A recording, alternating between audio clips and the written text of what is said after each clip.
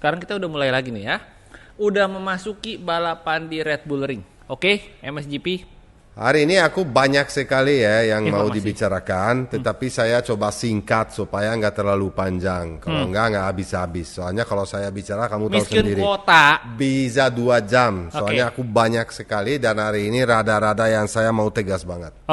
Oke, nomor 1 kita bicara agenda pertama, bicara soal race kemarin. Oke, race dulu. Sekarang race dulu nih. Aku mau bicara soal Pecco nih. Oke. Dia kemarin hat-trick. Oke. Hat-trick tahu nggak artinya apa? Coba Hat-trick kamu kasih itu tahu. artinya hat itu topi, trick itu sulap. Jadi sulap topi. Oke, lanjut. No, hat-trick itu ada Kemenangan berlanjut.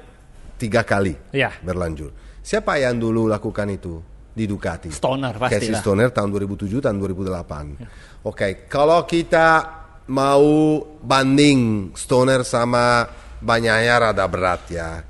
Karena memang Stoner itu adalah Ya, alien. legenda dan Legend. Stoner itu juara dunia 2 kali di MotoGP dengan 2 brand yang berbeda. Tapi Stoner tahun 2007 tahu nggak bro? Dia menang di Laguna Seca, Brno dan di Misano.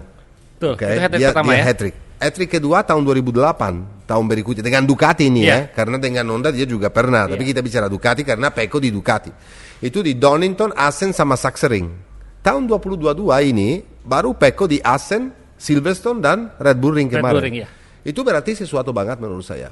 Jadi kita hari ini puji Akhirnya. Mr. Francesco karena back to back dia bisa jadi juara 1. Betul. Dengan Silverstone dan ini race yang berbeda dengan kesulitan yang tinggi juga untuk Pecco untuk setup motornya sempurna dan juga kemarin ada kesulitan dengan ban.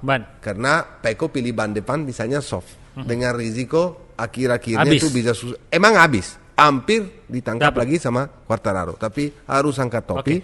Karena Pecco ini nggak punya pilihan ini. Pilihan adalah selalu selesai di depan Quartararo. Dan kalau dia lakukan itu terus, akan bisa Fight menjadi juara dunia. akan bisa ada kesempatan untuk jadi juara dunia. Dan untuk penonton semua, ini adalah sesuatu yang positif. Karena kita kan maunya kan Ada championship fight-nya, itu ya. ada fight-nya sampai terakhir. Dan bagus juga kalau finally sesudah Casey Stoner, Pecco Bagnaia bisa di juara dunia. Tapi untuk memuji Pecco sampai habis-habisan, aku harus tunggu dulu bro.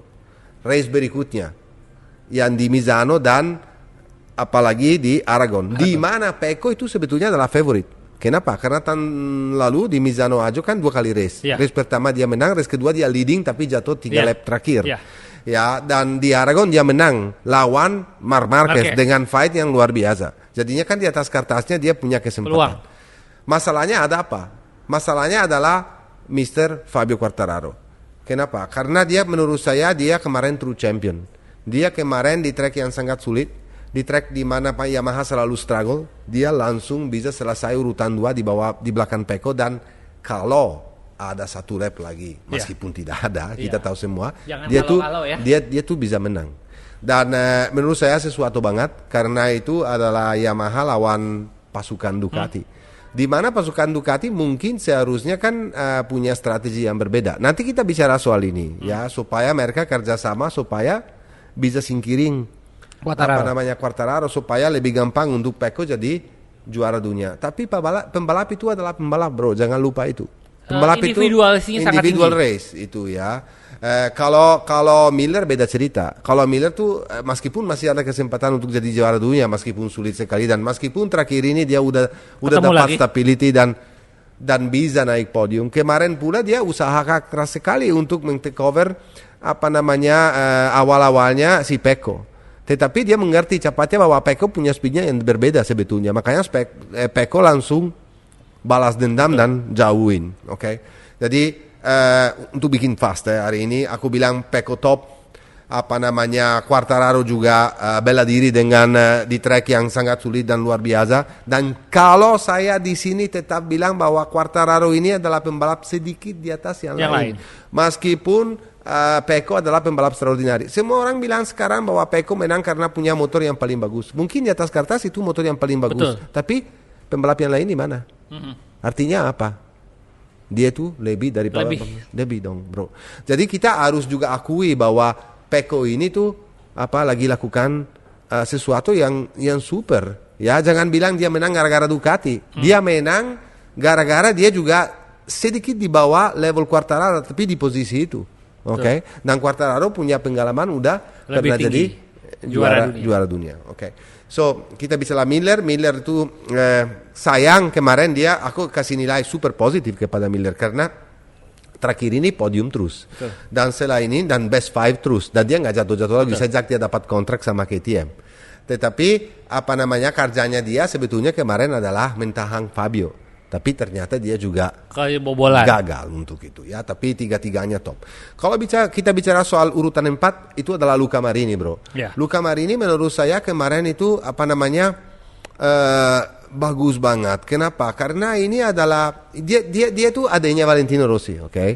Tetapi bukan Valentino Rossi, bro. Tetapi dia punya skill. Dia punya kelebihan juga. Karena kalau pembalap bisa selesai P4 di MotoGP itu bagus banget. Artinya apa?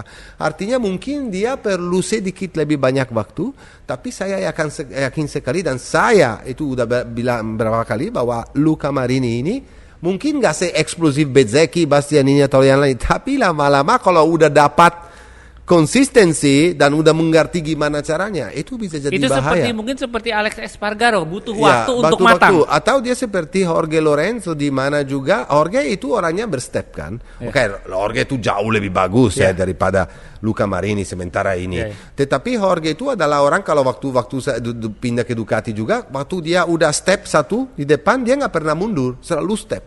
Jadi step up. Berarti Luca juga begini.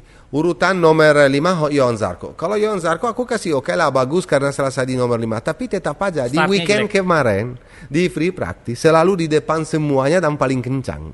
Tapi waktu startnya jelek banget. Dia mundur dan dia harus recover posisi. Masalahnya Zarco tetap yang sama. Pertama kali akan dia jadi juara race, kita akan terima Zarco yang berbeda dengan mentalitas yang juara. Kalau sementara ini dia masih mentalitas yang juara.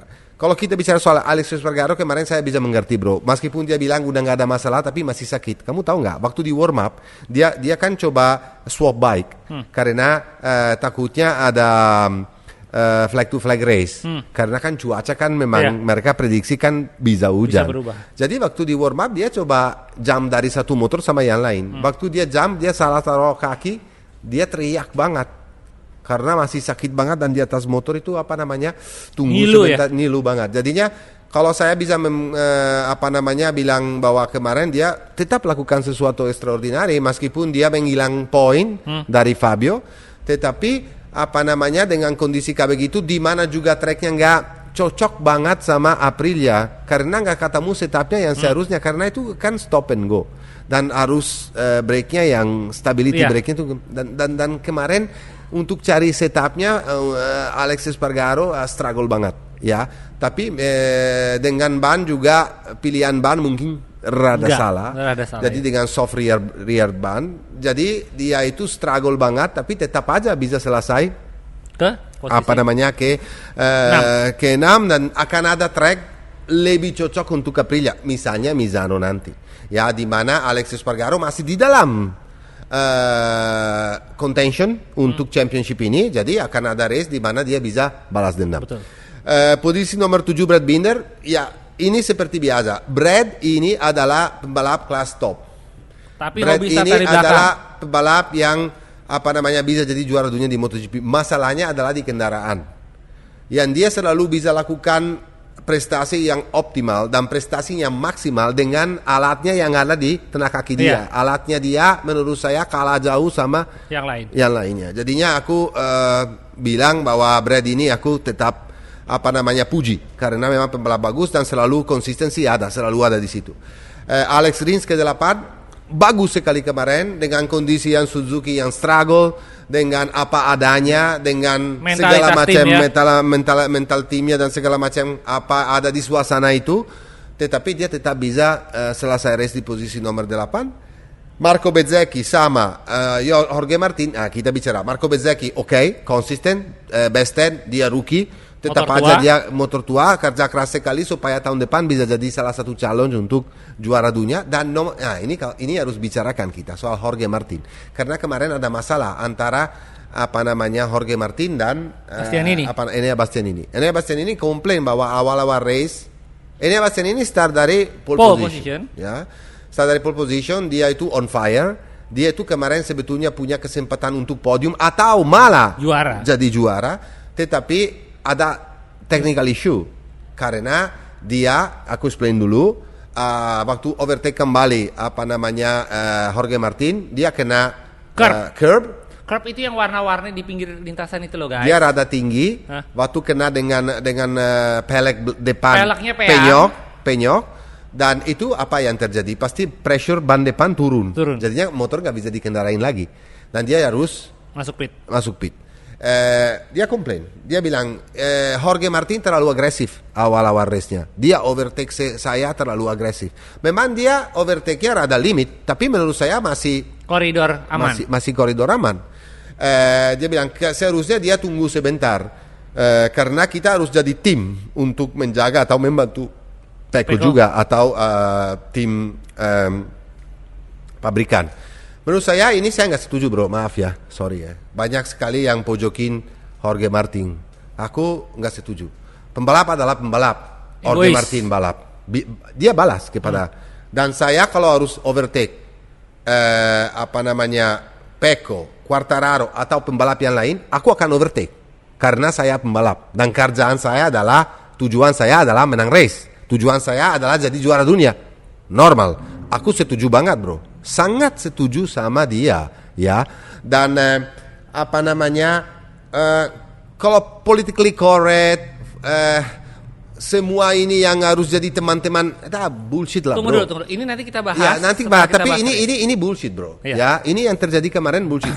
Masalahnya mereka berdua, masalahnya di siapa? Di Ducati sebetulnya. Nah, Ducati ini jadi masalah ya. Ducati sampai sekarang. Kenapa mereka jadi masalah? Jadi masalah karena mereka belum ambil keputusan siapa yang jadi teammate-nya Pecco Bagnaia untuk musim 2023. Dan kalau mereka nggak lakukan itu secepatnya, masalah antara Bastianini sama Martin nggak habis-habis. Karena dua-duanya yang pengen jadi factory rider. Dan dua-duanya kan habis-habisan mendorong satu sama yang lain untuk selesai di depannya. Akhirnya malah saling hancurin kayak sekarang. Ya, jadinya aku nggak salahin Bastianini, aku nggak salahin Jorge Martin, tapi salahin Ducati di sini. Dan Ducati sering lakukan kayak begini di historinya. Meskipun saya punya pendapat sendiri, meskipun saya yakin bahwa jadi teammate-nya Pecco adalah Martin, karena Ducati belajar juga dari masa lalu antara misalnya Dovizioso dan Iannone atau Dovizioso dan Petrucci, akhirnya kan masalah juga, clash juga. Jadi mungkin mereka mau pembalap yang berbeda. Dan Jorge Martin terakhir lakukan overtake yang sangat agresif, berisiko untuk take over Jack Miller. Jack Miller juga komplain di situ. Menurut saya nggak usah komplain. Kalau saya Jorge Martin, karena itu lap-lap terakhir itu saya coba juga. Karena aku mendingan selesai urutan nomor 3 dari urutan nomor 4. Tanggung. Kenapa? Karena aku nggak fight untuk championship. Aku fight untuk jadi teammate-nya Pecco Bagnaia. Kesalahan ada di mana? Ducati lagi. Ya, sorry to say bro. Jadinya saya nggak bisa hukumin Jorge Martin. Jorge Martin bilang, aku harus lakukan itu. Kalau enggak malam besoknya aku nggak bisa tidur. Karena saya nggak mencoba untuk overtake orang di depan. Sebetulnya statement ini saya udah pernah dengar sebelumnya dari Marc Marquez waktu sering sekali mencoba overtake Dovizioso dan kalah dengan lap terakhir, dengan ambil risiko yang luar biasa, tapi itu namanya juga pembalap. Kalau Marquez punya skillnya jauh lebih bagus dari Martin dan gak jatuh, kalau Martin jatuh karena masalahnya itu Marquez. Udahlah, jangan kita terlalu banyak bikin masalah di mana-mana. Ini aku mau selesai dulu ini. Maaf kalau saya cepat-cepat hari ini karena saya banyak sekali yang saya mau bicara. Infonya banyak nih guys. Kita langsung ke Moto2 dulu kali ya. Enggak, kita selesai MotoGP semuanya. Oke, termasuk berita nih. Ya, berita-berita isu-isu kemarin. Oke, safety kemarin ada isu bahwa ada sprint race. Nah, itu bukan isu lagi, itu udah keputusan. Keputusan itu dari siapa? Dari Carmelo Ezpeleta, CEO-nya Dorna, dan FIM, Presiden FIM, dan IRTA, Presiden IRTA yang kemarin mereka meeting dan ambil kesulitan untuk sprint race. Oke, kita jelasin ambil keputusan untuk sprint race. Kenapa harus sprint race?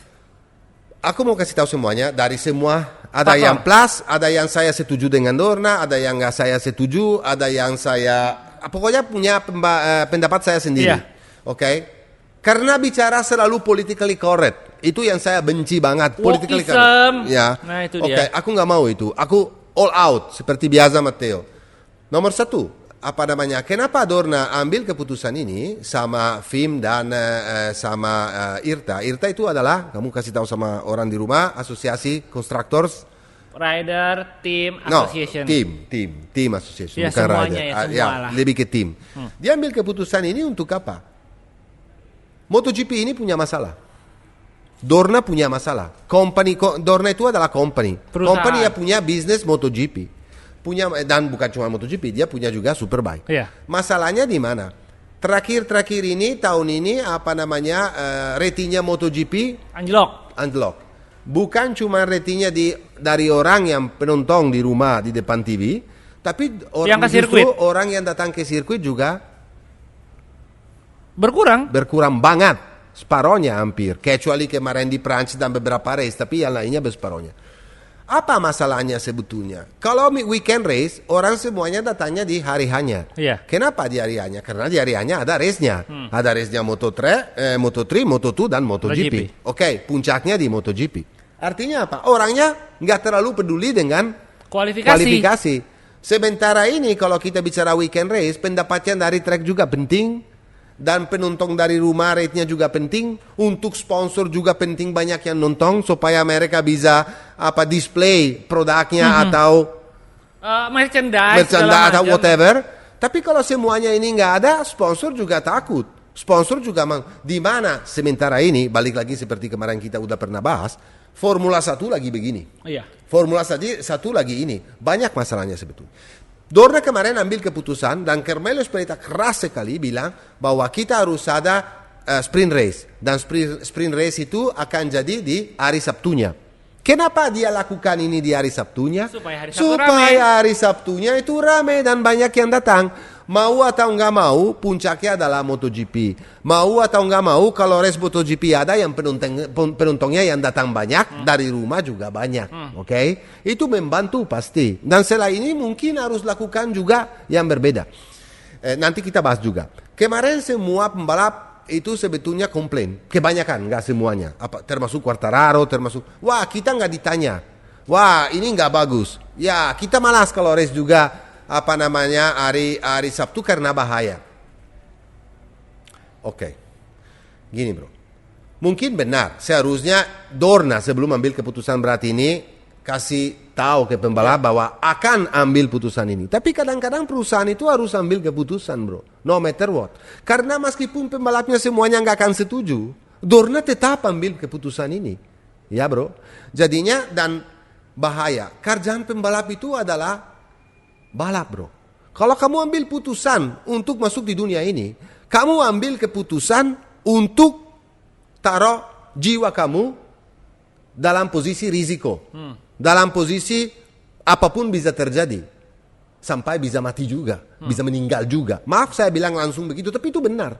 Jadi kalau Dorna perlu lakukan ini supaya bisa save championship ini, Ya harus mau nggak mau. harus mau nggak mau lakukan ini. Kalau enggak mereka tutup. Kalau mereka nggak punya dana lagi, ya udah selesai. Orang di rumah nggak nonton lagi. Pembalap sendiri harus cari kerjaan yang berbeda. Mungkin Peko Bagnaia jadi bartender. Nanti di sini di Hyatt Hotel atau Marquez nanti kita ketemu di Bali buka kios di pantai. Sorry man. Gini guys, karena supaya kalian tahu ya, Eropa itu lagi resesi. Ya, luar biasa. ya. Luar biasa. Ya, Kalau itu. kalian lihat nih, balik lagi kalian lihat. Kenapa sih sponsornya itu rata-rata dari Indonesia? Karena Banyak sekali. iya, karena duit kita ini lebih banyak dari Eropa. Jangan salah loh ya, kalian tuh sorry, orang Eropa miskin saat ini. Selain ini, bro, saya mau balik lagi ke MotoGP yang lebih penting daripada bicara ekonomi. Meskipun ekonomi ada terhubungan dengan MotoGP juga, tetapi juga sprint race ini adalah kenapa bagus? Apalah momen yang paling exciting di MotoGP? Waktu start. Ya. Ya oke lah, itu momen yang paling bahaya.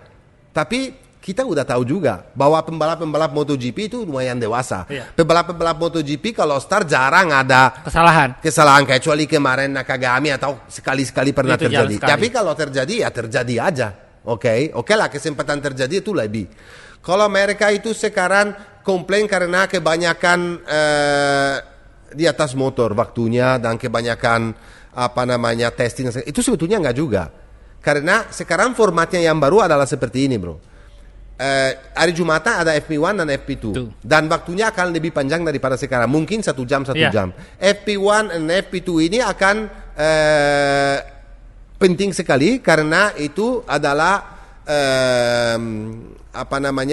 seperti biasa untuk dari situ adalah yang seleksi untuk masuk Q2 atau Q1, oke? Dan FP3 cuma 30 menit. FP3 jadi sedikit seperti FP4 karena FP4 nanti hilang. Oke, FP3 itu dibikin hari besoknya, hari Sabtunya. Oke, kalau Jumat cuman FP1, FP2. Hari Sabtunya FP3 tapi nggak penting untuk kualifikasi. Terus habis itu ada kualifikasi, oke? Dan berdasarkan dengan kualifikasi ada sprint race langsung hari Sabtunya. Dan sprint race itu separuh balapan dari race utama. Jadi misalnya 12 lap. Dikasih nilai juga. Nilai adalah yang pertama dapat 12 poin, yang kedua 9, yang ketiga 7, dan yang lain 6, 5, 4, 3, 2, 1 sampai posisi nomor 9. Berarti cuma 9 pembalap yang akan dapat poin. Oke, bukan 10, cuma 9. Oke, dan race berikutnya hari besoknya itu warm up-nya udah nggak ada lagi. Dan race langsung. Race langsung itu berdasarkan posisi dari kualifikasi, bukan dari sprint race. Oke, sprint race ini dilakukan cuman untuk mendapat race satu lebih dan mendapat poin. Itu akan krusial di akhir-akhir musim. Soalnya kalau di Superbike yang 9 pertama di sprint race akan jadi posisi starter di race kedua. Ini beda, ini nggak ada. Dan itu sebetulnya adil. Kenapa? Kalau misalnya saya udah dapat kualifikasi, dapat pole position, tapi di sprint race saya jatuh, masa saya start dari belakang? Itu nggak adil. Mendingan saya start dari depan lagi, punya kesempatan lagi untuk bisa menang di race yang utama. Oke. Apa yang plus dan yang minus? Kenapa lakukan semuanya ini? Dan semuanya komplain. Saya ngerti banyak sekali orangnya komplain, ini nggak bagus, ini nggak bagus. Tapi kalau ini nggak bagus, kalau bilang nggak bagus itu gampang. Tapi untuk cari solusi itu lebih susah. Kenapa mereka bilang nggak bagus? Karena ini copy paste dari Formula 1. Karena ini copy paste dari Superbike. Karena ini udah pernah kita lihat sering. Ini membosankan. Tidak juga. Kalau memang kalian punya solusi yang baru yang lebih menarik, ajukan. Oke, jangan cuma komplain. Dan saya bilang, apa yang kesalahan dari Dorna? Mungkin ada juga, bro. Meskipun dia bilang bahwa kenapa nggak ada warm up? Karena pagi-pagi mau lebih kasih banyak waktu kepada pembalap sama media, sama penonton untuk sosialisasi. Akan ada event-event dengan mungkin pembalap ketemu sama penonton, sama media dan bikin interaksi. Jadi gini guys, kita jelasin dulu. Kalau kalian udah pernah ke Sepang atau ke Mandalika, kalian tuh ngelihat orang pengen ketemu pembalap susahnya setengah mati, beneran. PPIP banget. Nah, nanti musim depan besar kemungkinan, bahkan hampir pasti ya, kalian untuk interaksi langsung dengan pembalap MotoGP itu akan lebih mudah. Mungkin tidak semudah di Superbike, tetapi akan lebih mudah. Dan ada satu lagi yang bagus. Apa lagi? Waktu nanti di atas podium, Dorna akan kasih kesempatan untuk penonton untuk turun di track. Akan boleh turun di track dan semuanya mengkumpul di bawah podium. Sama kayak di Formula 1, sama kayak di Superbike, di mana langsung kamu bisa cheer atau teriak untuk kamu punya idola sendiri. Tapi setelah MotoGP ya, ini race MotoGP ya? Iya, setelah race MotoGP. Nah, ini semuanya itu membantu untuk membawa popularitas MotoGP lebih tinggi. Apa yang lagi Dorna seharusnya lakukan menurut saya ya, yang dimana saya nggak setuju sama Dorna untuk improve ini, mungkin di hari Sabtunya juga bagusnya kalau tiket mungkin harganya lebih menarik, atau malah kalau untuk student, untuk mahasiswa atau untuk orang di bawah 18 tahun itu masuknya for free. Wah, berarti gue bisa free nih. Ya, kenapa ini bro? Karena kamu tahu orang muda sekarang ini beda dari kita. Mereka lebih kepada sosial, sosial media dan TikTok dan Instagram dan segala macam. Kalau banyak upload, popularitasnya MotoGP itu terpaksa jadi naik dan termasuk kayak kita nih ya. Kita ini rekanan di MotoGP. Tapi kita untuk posting cuplikan race aja nggak boleh. Ya, benar. Sementara F1 sejak 2019 atau 2018 mereka sudah mengizinkan. Coba kalau kalian buka di sosial media Instagram, Reels, tentang F1 banyak sekali. MotoGP, MSGP naikin udah pasti nggak boleh. Ya. Rekanan kita GP Racing Indonesia naik langsung di take down. Benar. Kalau kita ini mau masalah loh. Ya, kalau kita mau kasih insert untuk kita lagi bicara balapan, masalahnya antara satu tabrakan sama dan kita mau cuplikan di ini kita nggak boleh. Nah, itu kesalahan dari Dorna. Itu seharusnya boleh. Nanti besok kita ke Japan. Ya, kemarin kita bakal ke Japan ya. Aku mau masuk di dalam pit, mau bikin reportage footage. Itu kata kemarin saya bicara sama Carlo Merlini, langsung dari tim Gresini teman kita. Dia bilang, Matteo kamu harus minta izin dari Dorna loh. Kalau kamu nggak minta izin dari Dorna dan langsung kamu upload. Mereka yang kena omel, Gresini yang kena omel. Dan kita juga. Kita juga kena omel. Jadinya ini semuanya nggak membantu MotoGP. Saya nggak tahu kenapa Dorna lakukan ini. Sebetulnya ya untuk protect the rights. Tapi menurut saya itu malah bumerang. Dan bumerang. Dan seharusnya terbukain semua. Di sini yang saya salahin Dorna. Ya selain dia mau lakukan meskipun copy paste dari Formula 1 atau dari Superbike, sprint race itu akan menarik. Sprint race itu menarik untuk orang di rumah dan untuk media semua dan untuk kita yang jadi komen dan komentator. Atau kita yang punya akses. Jadi gini guys, kita jelasin berulang-ulang. Ini kita udah hampir 2 tahun lah ya umur MSGP ini. Kenapa nggak ada cuplikan race? Kita bisa. Kenapa liputan dalam pedok nggak pernah naik? Karena kita nggak boleh. Karena kita rekanan resmi. Grace ini juga rekanan tim MotoGP akan kena omel. Nah, mudah-mudahan cuma bisa cerita loh. Apa yang terjadi di sana, apa yang kita lakukan di sana, atau kita bikin video-video atau footage di luar dari pit, mungkin bisa. Ya. Kecuali kita rekaman waktu mereka masih race itu nggak boleh. Nggak boleh loh. Ya, jadi mungkin Dorna seharusnya lebih terbuka, lebih fleksibel dengan ini. Oke lah, kalau mau inovasi 100%. Kalau menurut kamu formatnya Formula 1 itu Brazil, ya mungkin kopi sedikit juga sebetulnya nggak bagus ya, karena selalu harus cari, tapi mungkin harus hire seperti kemarin saya bilang, harus hire orang atau manajer di Dorna yang lebih muda, yang lebih zaman sekarang, karena sorry to say tapi Carmelo juga udah zaman dulu banget orangnya. Mungkin dia perlu punya bantuan atau orang satu grup atau satu tim orang muda-muda yang into media, social media dan into TikTok, all those kind of thing yang bisa membawa MotoGP terkenal. Iya, kalau perlu di Friendster gitu loh bikin, nggak apa-apa. Atau di Tinder ya. Tinder. Ketemu dengan Fabio Quartararo. Atau Grindr. Grindr boleh. Oke. Jadi ya ini kontroversi dari satu sisi pembalap itu, dia bilang juga begini, kita tuh jangan salah bisa sampai 21, mungkin nanti sampai 22 kali balap dalam satu season di normal kalender. Kalau ditambahin satu race lagi bisa jadi 42. Ya sudah. Ya. Nanti bilang sementara di Superbike lebih sedikit, tapi jangan lupa salah juga karena hampir sama, karena Superbike itu 3 kali race ya, bukan cuma 2. Jadi meskipun lebih pendek, tapi jatuhnya juga hampir 40 race juga. Tunggu. Kalian itu kan dibayarnya kan ratusan M ya. Coba ya, jangan ribut lah. Ya. Ratusan M loh mereka dibayar. Masalahnya juga gini, kalau mereka mau tanda tangan, kalau pembalap mau tanda tangan kontrak atau apalagi kalau pembalap bagus sama tim baru atau apa, dia permintaannya tuh tinggi sekali. Iya loh. Ya, jadinya masa Dorna dengan struggle dengan masalah kayak begini nggak bisa ya ini. Oke lah, mungkin saya setuju seharusnya juga menginvolve lebih banyak pembalap dengan putusan ini. Tapi jangan melarang semua atau dilarang semua. Saya rasa aku setuju sprint race. Aku nggak peduli. Semua orang punya pendapat beda-beda. Aku hormatin orang yang pendapatnya yang berbeda dari punya aku. Saya cuma mau sampaikan di sini sekarang bahwa aku pribadi setuju. Salah satunya yang setuju bukan cuma saya loh. Davide Tardozzi setuju sekali misalnya. Banyak sekali di paddock yang setuju loh. Bukan semuanya lawan. Bukan juga begitu. Oke, asal tahu. Aku setuju. Naik gaji. Pak. Aku setuju naik gaji, Pak. Ya? Satu lagi saya mau bicara loh, bro, soal masalah apa yang sprint race apa yang kesalahan dari Dorna tadi apa. Yang sekarang ini yang berbeda dari zaman dulu yang jadi bikin bosen, tahu apa sebetulnya? Fair play.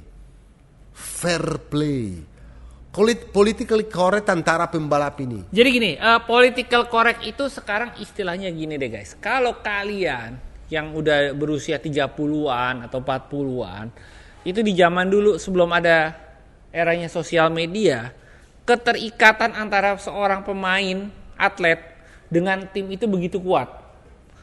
Jadi ketika mereka bersaing, bermusuhan, itu benar-benar bermusuhan tuh benar-benar musuhan sampai ke darah daging. Seperti zaman kita stay di dunia motor ya mungkin. Antara Mick Duhan dengan Alex Crivier. Dengan Max Biaggi dengan terakhir. Max Biaggi. Atau Rossi lawan Gibernau, Rossi lawan Biaggi, Rossi lawan Lorenzo, Rossi lawan Stoner, Rossi lawan Marquez. Itu benar-benar musuhan, benar-benar. Simoncelli lawan Pedrosa, Simoncelli lawan Lorenzo. Itu musuhannya beneran musuhan. Rossi lawan Lorenzo sampai dibangunin tembok. Iya. Ya, mereka benci satu sama yang lain. Ini yang bikin orang di rumah atau penonton mau tunggu momentum hari Minggu. Fansnya itu benar-benar senang sekali. Terakhir itu 2015. Iya, lihat antara Rossi sama Marquez. Kenapa? Ada fansnya Marquez lawan fansnya Rossi, jadi rame banget. Mereka siap untuk nonton. Ini yang bikin sport ini sebetulnya yang seharusnya. Kalau saya pembalap, waktu saya balap, saya nggak pernah jadi teman sama siapapun. Karena saya mau balap. Oke lah, di luar track itu mungkin habis itu bisa hai-hai aja. Hai-hai aja loh. Tetapi ini yang sekarang ini nggak ada. Kalau kalian lihat, selesai track, Pecco Plug, Fabio Plug, Miller minum, Miller jogging, ini apa-apaan sih? Ini yang gak bantu olahraganya ini yang gak bantu sama sekali. Makanya fansnya berkurang. Ini kayak kita semuanya hari Minggu pergi piknik. It's not a damn picnic. Balik lagi ke MotoGP, kita mau bicara sedikit tentang Marc Marquez kemarin. CEO dari Repsol Honda. Nah. Karena dia kemarin itu kita bisa saksikan dan saya senang sekali bisa lihat Marc balik ke track. Dia kemarin adil di Red Bull Ring dan dia itu diwawancara segala macam media, TV dan siapapun yang ada di sana yang wawancara Marc Marquez. Yang saya dengerin dia bicara sendiri, aku mau komen dan dia bicara ya. Dia kemarin datangnya, kenapa kamu bilang CEO? Karena lebih kepada dia kemarin datang karena memang di tim Honda ini ada masalah bro. Karena semua pembalap ini nggak bisa perform. Dan masalahnya adalah di tim sendiri karena kayaknya pecah. Mark bilang aku adalah pembalap. Tetapi yang saya bisa bilang kepada insinyur-insinyur apa yang kekurangan atau kelebihan dari motor. Apa yang saya mau dari mereka? Pasti saya mau winning bike. Ya, untuk bisa jadi juara. Tapi juga untuk achieve ini, untuk lakukan ini, perlu kerja keras dari tim bersama. Dan tim harus jadi tim. Kalau tim pecah, itu nggak akan achieve apapun. Masalah ada di motor, tapi kita kerja sama. Betul. Jadinya dia bilang, sekarang Honda, Repsol, atau Honda, semua Honda, sekarang ini seperti puzzle.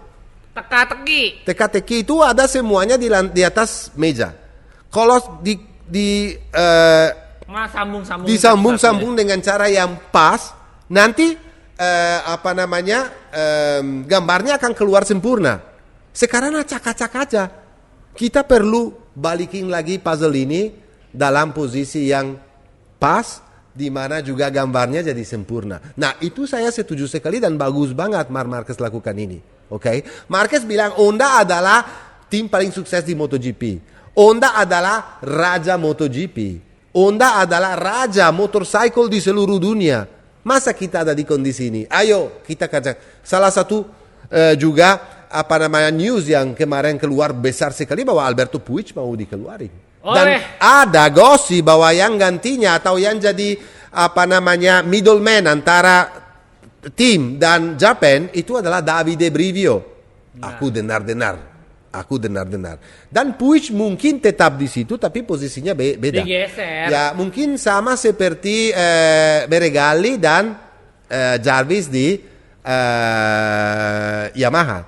Di mana Brivio jadi Jarvis dan Puig jadi Meregali. Tunggu dulu. Ini apakah segini untuk menggeser seorang Alberto Puig itu luar biasa loh. Posisinya kuat banget. Apakah di sini ada andil Mark untuk menggeser seorang Puig menjadi diganti oleh entah Brivio atau bahkan Livio Supo isunya bakal balik lagi? Kalau kamu mau tahu semuanya yang terjadi di belakang Honda sama orang Jepang kan sulit banget bro. Iya. Karena orang Jepang untuk terbuka kamu tahu sendiri. Nah jadi kita di Jepang kita akan nanya gosip dari. Aku bisa tebak aja apa skenario yang bisa terjadi. Bukan saya bilang ini akan terjadi. Oke, saya dengar gosip dalam ini saya dengar. Dari Carlo Layan yang lagi yang gendut itu loh. Oke, dan satu lagi yang Mark kemarin bicara adalah soal kondisi fisik sendiri. Dia bilang saya terasa jauh lebih enak daripada sebelumnya. Aku udah bisa lakukan sedikit fisioterapi dan sedikit angkat-angkat beban yang enteng. Dan saya lihat bahwa bahu saya respon yang lebih baik daripada sebelumnya.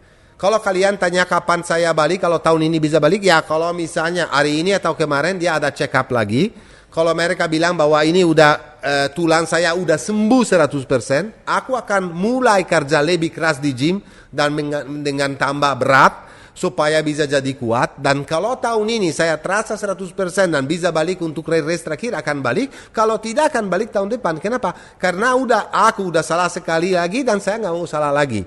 Kali ini aku mau balik. Dan kali ini aku mau balik Marc Marquez yang dulu. Dan saya akan tunggu momen itu. Ya, terakhir yang saya mau tambahan sesudah aku bahas satu-satu 10 besar adalah dengan pembalap seperti Mir. Sebetulnya kemarin dia kasihan banget karena waktu dia selalu mau perform dia dengan segala macam masalah timnya. Karena dia pernah jadi juara dunia tahun 2020 dong bro. Dan dia tuh merasa bahwa dia harus fight lawan Quartararo, Pecco dan yang lain-lain. Tapi dia mungkin saat ini bingung karena timnya supportnya kurang, bingung karena sebetulnya semua orang udah tahu dan dia sendiri udah tahu bahwa tahun depan akan pindah di Repsol Honda tapi belum diresmikan. Jadi dia jatuh parah sampai tulang pergelangan kakinya patah. Dan ya kita juga kasihan karena saya yakin bahwa Mir berpotensial. Saya yakin bahwa Mir punya skill untuk jadi juara dunia lagi. Dan kita berharap bahwa tahun depan Honda bisa kembali beresin situasi dalam tim. Marc Marquez balik dan teammate-nya finally Joan Mir akan perform. Akan sulit awalnya karena dia harus membiasa diri dengan V4 engine. Tetapi ya pebalap adalah pebalap yang harus adaptasi secepat mungkin dan perform secepat mungkin. Oh ya, terakhir saya ngingetin lagi satu saja bahwa Misano itu balapan terakhir Dovizioso. Ya benar sekali. Mungkin nanti aku minggu depan kita akan hari Selasa kita akan bikin edisi khusus MSGP untuk berdiskusi tentang Dovi ya. Untuk berdiskusi isu-isu yang lain yang datang dari kalian juga yang pasti banyak sekali nggak setuju dengan pendapatnya Matteo, tapi nggak apa-apa, itu saya hormatin. Saya itu siapapun bisa boleh berpendapat, namanya bebas, demokrasi. Dan ya udah itu aja. Biar cepat sekali selesai urusan ini juga, kita langsung ke Moto2. Kemarin yang juara satu adalah ada tim dari Jepang. Oh bukan ya? Tim dari Honda Jepang. tim Asia 1-2 dengan fight yang luar biasa sampai last corner. Dan Sokya Chandra nggak mikir dua kali untuk overtake teammate-nya meskipun teammate-nya. Nah ini balik lagi kepada Jorge Martin dan Enea Bastianini. Kalau Sokya Chandra aja bisa begitu. Apalagi Martin ya. Sorry guys, ini namanya balapan ya, balapan. Adalah orang yang individual, tidak ada namanya kesetia kawanan, itu nggak ada. Namanya pembalap adalah pembalap manusia sangat individu. Jadi kalau kalian bilang pembalap itu harus ada jiwa kebersamaan, jiwa gotong royong, itu nggak ada. Salah. nggak ada. Oke, kalau Ai Ogura itu menurut saya leading championship kemarin luar biasa. Dia itu 2 kali start dari pole position tahun ini dan 2 kali menang. Dia udah mulai lebih pede dengan 2 kali menang ini. Hati-hati semuanya, karena semuanya selalu bicara Augusto Fernandez atau Celestino Vietti. Tapi terakhir ini yang lucunya kemarin gosip dalam yang ada semua media yang tanya kepada Ai Ogura tahun depan MotoGP loh. Aku nggak mau loh ke MotoGP. Aku nggak setuju saya sendiri. Aku belum siap. Aku tetap mau di Moto2 untuk 1 tahun lagi karena aku nggak siap. Lo gitu lo bilangnya. Dan saya hormatin karena kita lihat kalau dipaksa seperti Raul Fernandez nanti terjadi yang terjadi. Jadinya mendingan kalau dia belum yakin mau naik, tetap aja 1 tahun lagi. Toko ada Taka Nakagami, kasih aja kesempatan untuk Taka untuk memprove. Atau membuktikan bahwa sebetulnya dia itu pantas ada di MotoGP. Jangan salahin cuman Taka karena motornya sendiri jelek banget. Ini selama 4 race terakhir, Honda nggak naik, nggak selesai di 10 besar. 10 besar. Oke? 10 besar loh. 10 besar loh. Jadi jangan mensalah. Kalau Pol Espargaro bukan pembalap jelek. Kalau Alex Marquez bukan pembalap jelek. Ini juara dunia loh. Alex Marquez ada kekurangan dari Luca Marini? Maaf lah bro. Ya apa? Tidak juga. Artinya apa? Tenang dulu. Seperti Marc Marquez CEO dari Repsol Honda bilang, kita kerjasama lagi, bersama lagi untuk membangun kembali tim Repsol Honda. Oke? Jadi Ai Ogura kita angkat topik karena weekend yang sempurna. Sokia Chandra balik lagi terakhir ini untuk perform. Dan untuk Aoyama itu sesuatu yang gembira. Aoyama karena kemarin bisa selesai 1-2 di podium. Dan kalau awal-awalnya timnya dia itu adalah salah satu tim buram, sekarang jadi wow. Oke. Urutan ketiga kemarin ada Dixon back to back podium. Finally mungkin orang Inggris ketemu calon pembalap MotoGP yang kompeten. Sebetulnya Dixon punya speednya yang luar biasa. Soalnya Dixon rada-rada. No wonder Dixon ini best friendnya Fabio sama Arbolino. Mereka rada-rada semua. Tapi dia itu bagus banget. Bukan main loh. Kemarin dia kalahin dengan overtake di lap terakhir, overtake Pedro Acosta, dan bukan kalahin cuma Pedro Acosta, tapi kalahin juga Augusto Fernandez. Augusto Fernandez kemarin selesai posisi 5, dia lose the leading of the championship, sekarang dia minus 1 point dari Vietti. Dari Ogura. Vietti kemarin sayang sekali karena dia punya speed, karena dia punya pace, dia udah nyusul. Dia start dari posisi 7, dia overtake semuanya sampai nyusul di belakang Chandra. Dia punya pace dan speed jauh lebih cepat dari Ai Ogura juga. Tetapi di turn number 3 dia jatuh. Turn number 3 kemarin di Moto2 untuk orang Italia adalah mimpi buruk. 2 lap kemudian yang jatuh di situ juga Arbolino dan Della Porta. Jadi ya itu. Jadi Vietti juga harus reset kembali, tapi meskipun dia minus 27 poin dari Ai Ogura dan minus 26 poin dari Augusto Fernandez, championship sangat terbalik untuk terbuka untuk tiga-tiganya. Race kemarin menarik juga. Kita akan tunggu aksi berikutnya pembalap Moto2 di San Marino.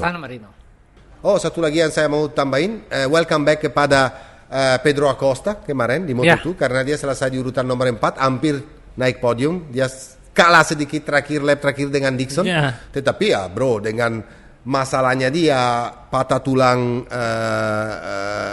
femur yang sangat berat untuk sembuh lagi dan bisa balik pincang tapi bisa selesai fighting di depan, itu memang true champion.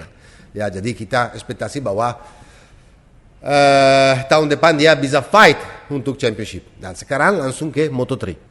Kemarin bro, what a race about Sasaki. Dan lama banget loh, nggak pernah itu 2 pembalap Jepang podium di juara di Moto2 dan di Moto3.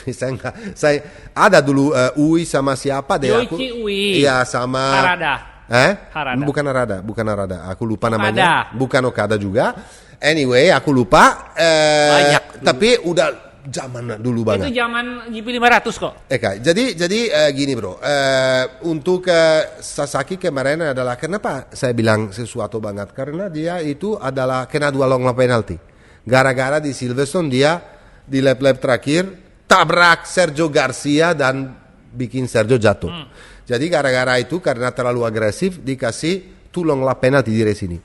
Dia start dari pole. Dia itu waktu keluar dari long lap penalti kedua di posisi 21, tapi dia punya speed yang fantastis. Dia overtake semua sampai bisa jadi juara 1. Bisa bilang apa loh? Bisa bilang apa? Tim dari Max Biaggi, Max Racing Team.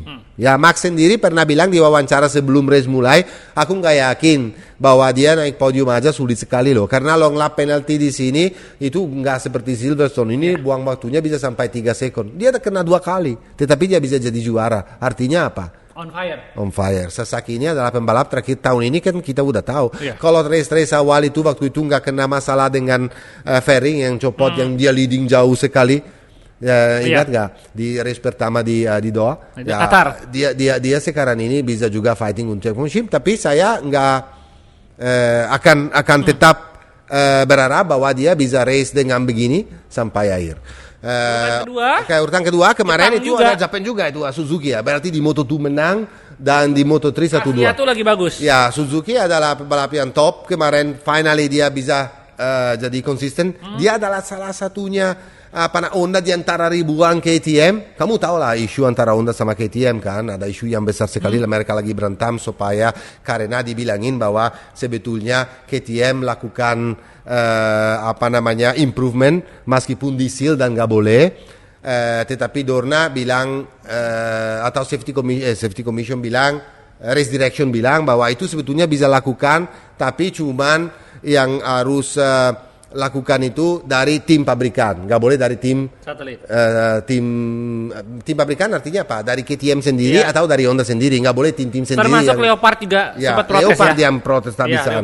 Oke, jadi oke lah kalau kita tutup tanda kuruf ini, kita bicara soal Suzuki. Finally sedikit konsistensi. Dia bisa selesai dengan race yang bagus sekali juga, meskipun ya dibanding Sasaki seharusnya dia menang karena nggak dapat long lap penalti, tapi ya it's a consistent race dan dia selesai dekat sekali sama Sasaki. Dan urutan ketiga yang Munoz ini adalah rookie yang cuma 6 kali race loh, soalnya dari Mugello doang dia bisa masuk karena dia kan di bawah umur sebelumnya dan udah 2 kali podium. Dan meskipun dia punya sedikit terlalu temper, dan dia mudah sekali lah bro, dan dia terlalu agresif dan semuanya komplain tentang dia. Tapi hati-hati dengan pembalap ini untuk masa depannya, karena dia rookie udah 2 kali podium dan sering sekali fighting di depan, meskipun sangat rada kasar, tetapi adalah pembalap masa depan. Satu lagi yang saya mau tambahin yang saya lupa tadi, nanti kalau nggak fans di rumah kan bisa marah. Aku mau bicara tentang sedikit dengan Mir. Tadi lupa, sorry, dia itu tabrak dan dia patah pergelangan dan terakhir ini sih sebetulnya Mir lost the way, kehilangan arahnya karena banyak masalah dengan Suzuki, karena dia pernah jadi juara dunia dan nggak bisa perform lagi, nggak bisa fight lawan Fabio dan siapapun, dan dia belum diumumkan dari Honda Repsol sendiri bahwa akan terjadi teammate-nya, dan jadi sedikit kemana-mana pikiran udah kemana-mana. Aku tetap percaya bahwa dia adalah pembalap yang pembalap yang berpotensial, dan berharap tahun depan Mark bisa balik, Honda bisa balik, dan kita akan saksikan race yang atau championship yang baru di mana sebetulnya true leader ada. Saya mau bicara satu lagi loh bro, sebetulnya satu tambahan. Sorry kalau saya loncat sini sana, nanti di rumah kan dikomplain, Matteo suka loncat sini sana. Satu komplain saya dapat lagi bahwa suasana.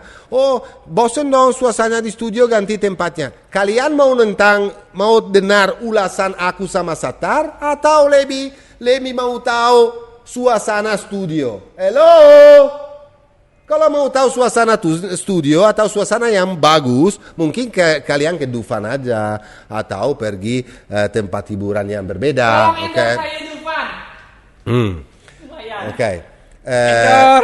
Tadi aku mau bicara apa? Belum ngomong apa-apa. Aku mau sampaikan sesuatu, aku lupa sekarang. umur. Aduh kacau deh bro.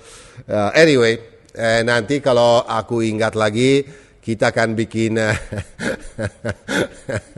MSGP baru di minggu depan berikutnya, meskipun nggak ada race karena kemarin kita nggak muncul, semuanya komplain. Kalau muncul, kalau komplain, kalau nggak muncul komplain, kalau terlalu panjang komplain, kalau terlalu pendek komplain, kalau studio nggak sesuai dengan apa kesukaan di rumah komplain, kalau studio ada di belakang sponsor komplain. Kalau Dorna ambil keputusan ini komplain, kalau pembalap nggak suka balap sprint race komplain, pokoknya adalah weekend yang super komplain. Aku tidak mau komplain di atas komplain kepada kalian. Bye.